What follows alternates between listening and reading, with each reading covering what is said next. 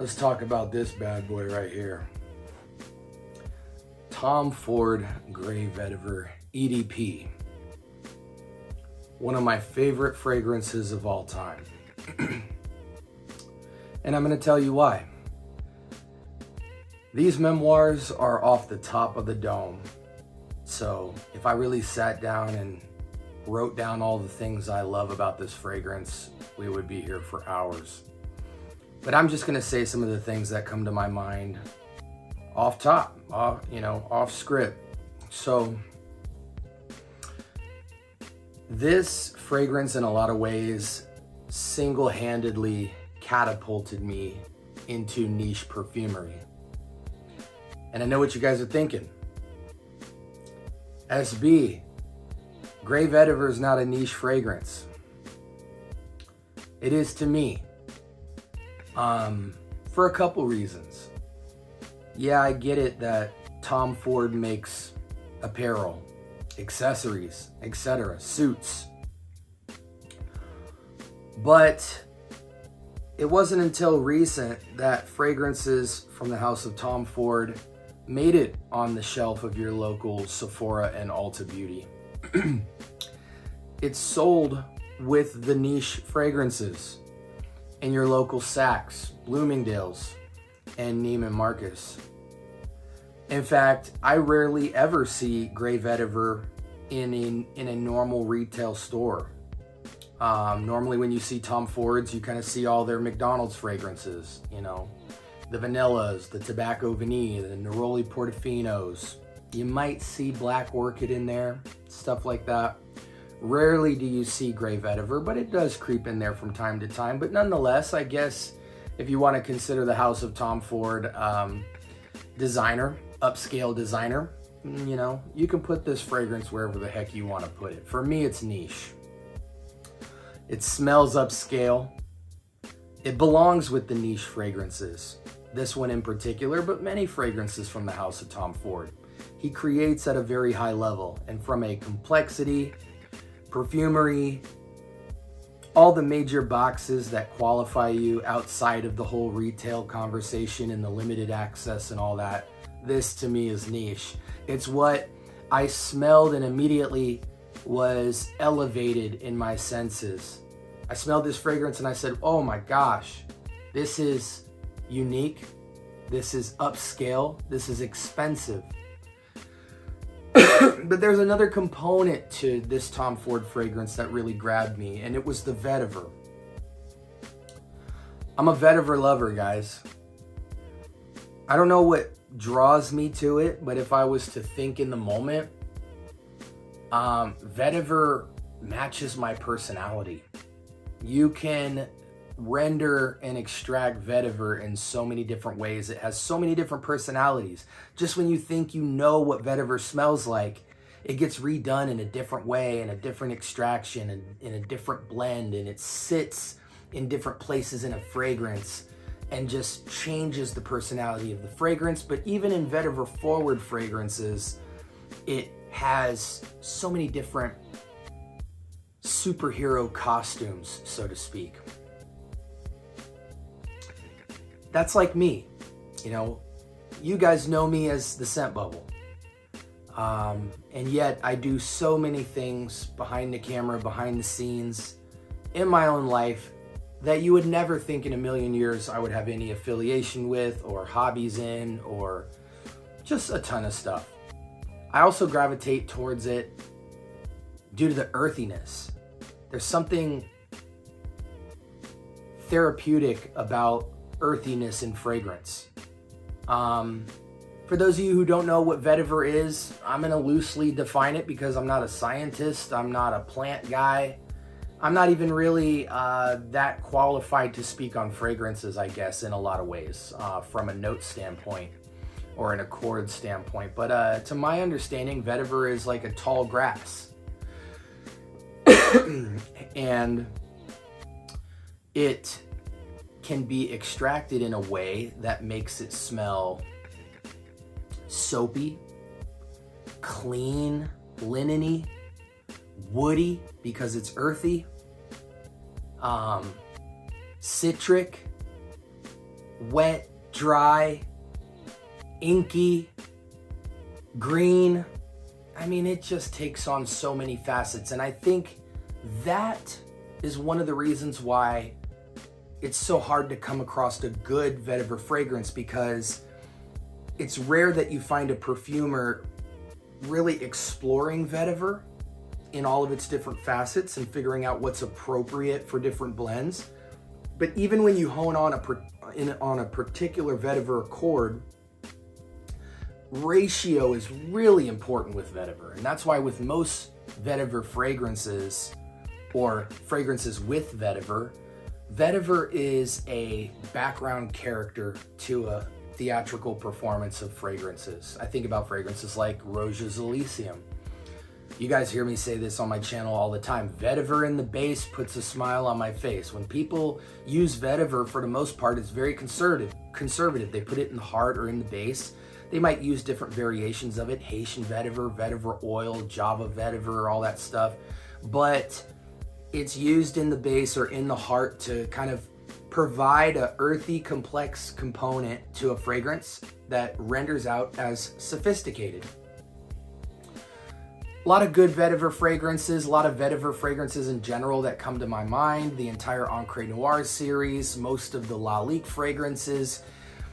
I would say 50% of your favorite niche fragrances have vetiver in the base or in the heart. As far as vetiver fragrances that come to my mind outside the Ancre Noir and Lalique series, you have fragrances like Terre de Hermes. You have one of my favorites, Mancera's Vetiver Sensual. You have Tom Ford Grey Vetiver. You have, what are some other good vetivers? You have Sycamore. Just a lot of cool vetivers. Vetiveria, Ormond Jane recently just dropped that. Roja Vetiver, Original Vetiver from Creed.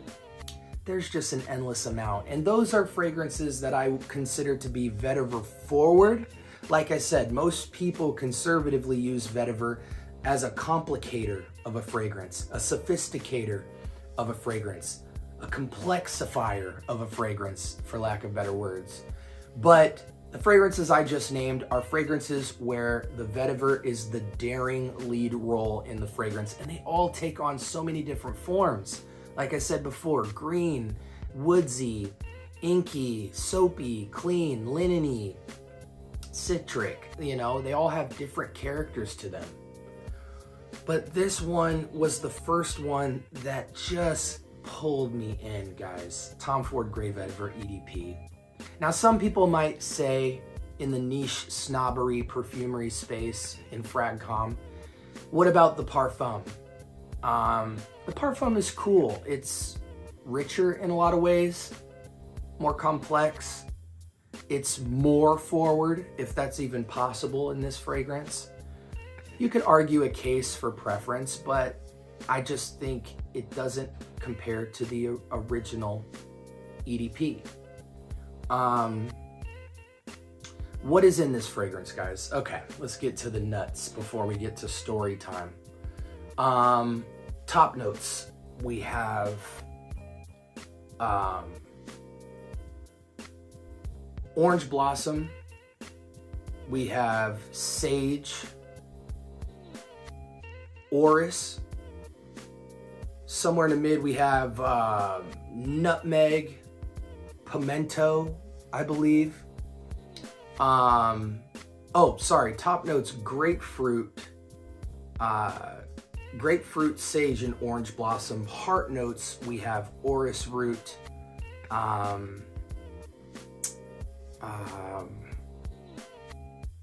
orris root, pimento, and nutmeg. And in the base, we have the vetiver, woodsy notes, oak moss, and amber. A lot of cool facets to this vetiver. In summary, it is a soapy, clean, citric, masculine, professional take on vetiver. With vetiver being so earthy, it's so interesting how this vetiver is presented, because for something that's so outdoors and earthy, this is vetiver in a suit and tie light. It's the suit and tie vetiver. It's vetiver presented professionally. It's if you want to see the vetiver cleaned up, you know, scrape the soil off, pick the best grass, clean it up, get it out of the outdoors and into the office, into the professional space. It's a presentable vetiver, mass appealing vetiver. From a note standpoint, there's just so many subtle beauties to this fragrance. At face value, it might just seem like a soapy, clean, earthy, grapefruit, professional style fragrance that's pretty linear. But that's because there's so much finesse with this fragrance, guys. I want to talk about some of the things that I've noticed over the years with this fragrance. This fragrance came out, I believe, around 2009. So it's been out for quite a while. Let's talk about the grapefruit. The grapefruit is not your loud and proud, citric, juicy, fleshy grapefruit. It is somewhere in the middle of loud and juicy and just the grapefruit rind. It's somewhere right in the middle. It's softer. It's still there and it's in your face and you recognize it right away, but it's dressed up. The sage and the orange blossom just soften it up. Almost gives it a little weight of slight fresh, airy dampness, slight sweetness, and the sage is herbaceous. It uplifts and almost gives a pepper note, a kind of spritz to the fragrance that almost feels like carbonation almost. I think the sage also assists the heart because you have this pimento, which I think gives this spritzy, peppery cleanliness. And it's not like black pepper, guys. This is the smoothest. Again, it feels more like carbonation than it does pepper, but nonetheless, there's this bite, this spritz. The pepper assists the somewhat rininess of the grapefruit. The herbaceousness kind of cleans the balance up. It assists the pimento in making that spritz and that rininess really grabbing. It's something that you smell it and right away you're gripped in some way. You know, it ignites the senses, you know, in the same way a spice would. The orris is the base of the iris plant, and it is so clean and crisp and soft, and yet in its clean, almost suit, fresh pressed suit, white suit, gray suit, in its cleanly linenness, it has a soft sweetness. It's 1/10 of how iris feels in like a Dior Homme Intense. It's still got the components, but it's broken down. It's a trace amount of that to just kind of give the personality to the cleanliness. So it's not just a clean soapy fragrance. It's slightly sweet. It's slightly peppery. It's slightly citric. The nutmeg, I think, is what quiets down the grapefruit. You know, this kind of counterbalance of this kind of nutty sweetness almost, that kind of, you know, it's almost like, you know, counterbalancing orange with a piece of chocolate or something. You know, they just, one is bassy and earthy and one is loud and light and bright. And so I think it just kind of rounds out all of the top notes to just feel smooth, and allow everything to still project and present, but also have this professionalism to it where it glues the entire fragrance together. You know, so in the mid we have the orris, we have the pimento. I know I'm missing out on something else in the heart. But let's talk a little bit about the base, the vetiver. The vetiver is just so clear. It's earthy. It's a very clean, airy take on a grassy root type of feel. It's rooty in that it's got a more, grass can be somewhat bright, it can be tart, it can be sharp. This is very subdued. This is the base of the grass. You know what I'm saying? It has a softness to its earthiness, but it's there. It accompanies the wood. Wood isn't dominant in this fragrance, so it really showcases and just kind of pushes up the vetiver to kind of create this soap accord, this clean accord.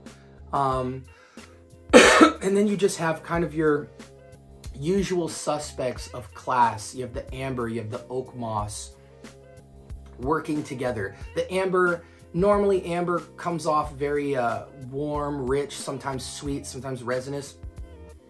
I don't really get much amber with this fragrance, but there's no doubt that it kind of adds to the smoothness maybe in the base, where it's just like you get this nice, beautiful harmony of earthy richness that is so clean and so groomed and so well formulated. This is a perfectly balanced fragrance.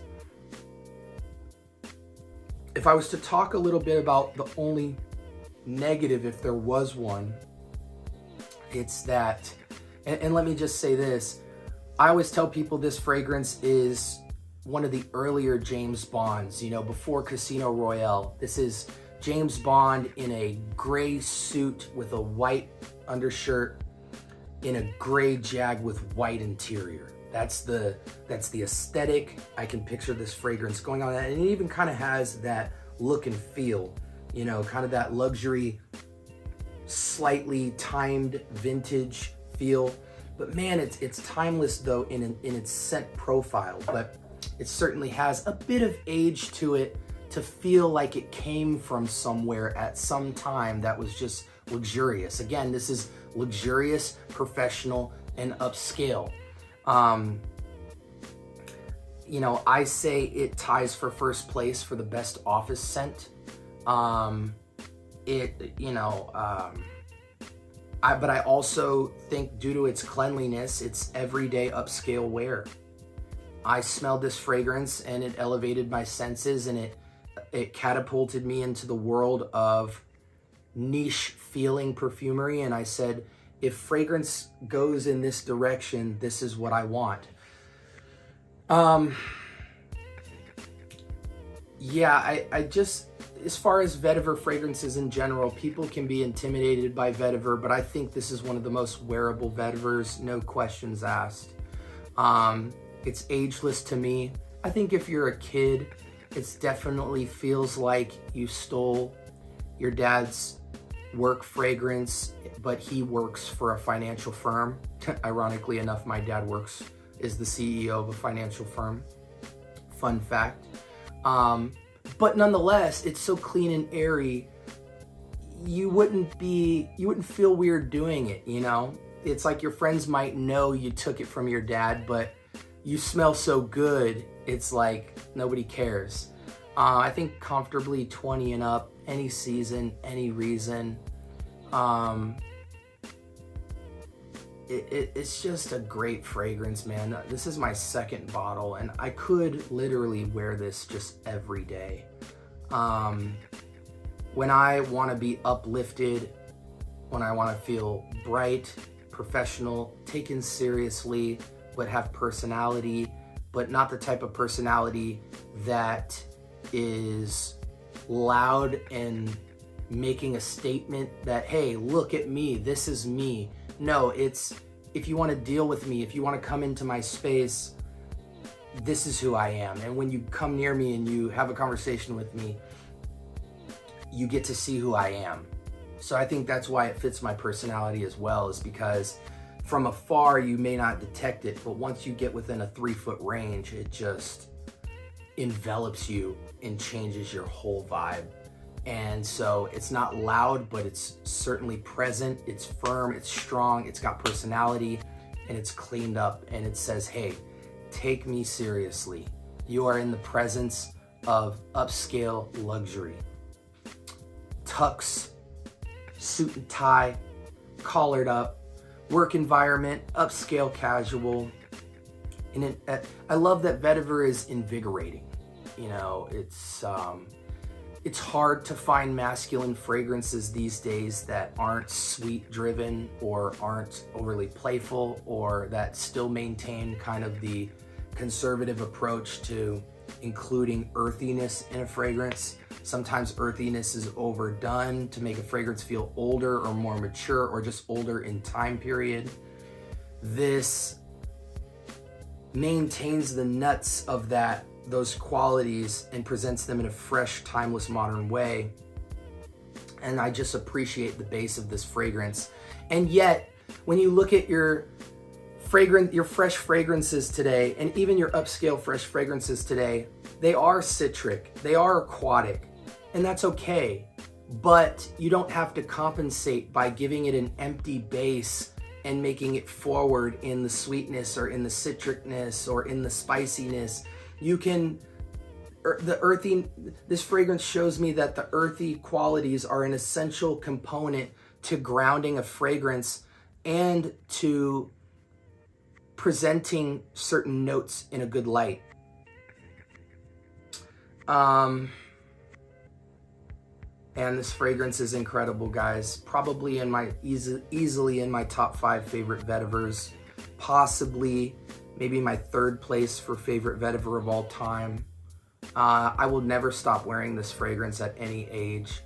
Again, any season, any reason. The only downside to this fragrance, if there was one, as I was mentioning earlier, is the performance. You know, there's not much sillage to this fragrance. This is a scent bubble scent. 2-3 feet of projection, maybe a strong 2-3 hours of performance. It might get you up to 4 or 5 if you heavy spray, but over time, this beauty is a fleeting beauty. And so I find myself having to reapply after a shift at work, or after a 6 to 8 hour period, I have to bring a travel spray or whatever, but I don't care. You know, with a fragrance this special, you can make any fragrance last as long as you want it to. Eau de cologne, eau de toilette, eau de parfum, parfum, elixir, absolute, whatever you want to call them. You can make a fragrance last forever. Just keep spraying. You'll be fine. It's going to be okay. Man, when I think of a clean-cut professional man, a man's man, a man you would aspire to be, a man who's successful, a man who's on his way, a man who's made it, this is the dress up, this is the aesthetic that I want to be remembered with. I can't think of very many fragrances that grabbed me how this fragrance grabbed me. And it is just phenomenal. Every time I wear this to work, I just feel like I uplift people around me because I'm uplifted. And it's amazing how scent can do that. Scent can literally pick you up. It can elevate you. It can transfer a character in you and an energy into other people that they can feel and they can respond to. And it can change moods and change atmospheres. And, it's crazy. I'm a Vetiver lover, and yet I scrutinize the heck out of Vetiver. I think people are too conservative with Vetiver and only use it to complicate a fragrance, but you still can't smell the Vetiver. Or people try to go too Vetiver purist and forward and kind of pimp out the Vetiver to the point where you can't enjoy anything else. I think the ratio Vetiver should be felt in a fragrance is either as a base, but Vetiver is so cool to showcase. I find that in a 30% to a 60% range is about the bread and butter of how it should be used in perfumery. So if you're trying to make a Vetiver forward fragrance, I think you sit around 45 to 60% forwardness. If you're trying to just complex up a fragrance, I think you sit around the 30 to 45% range. But yeah, it's just an incredible fragrance, guys. Trying to think of anything that I might be leaving out with this fragrance. My memories with this is, working and feeling like this fragrance elevates me on how I'm going to progress as somebody in the workplace. how I'm gonna progress as a man. It uplifts me, you know. It just feels like, you know, you're going to pick up your suit that you just dry cleaned and spent $200 to get your suit pressed, and this is the fragrance you put on after you get the suit and put the suit on. This is boardroom meeting, you know what I'm saying? Even as an upscale casual scent, you know, people who smell this on you are gonna wanna know what you drive, where you live, you know, things like that. It's just the finer things in life. I think that's the best way to describe this fragrance. And you gotta get your nose on it, guys. This is Tom Ford's Gray Vetiver EDP, and this is one of my favorites.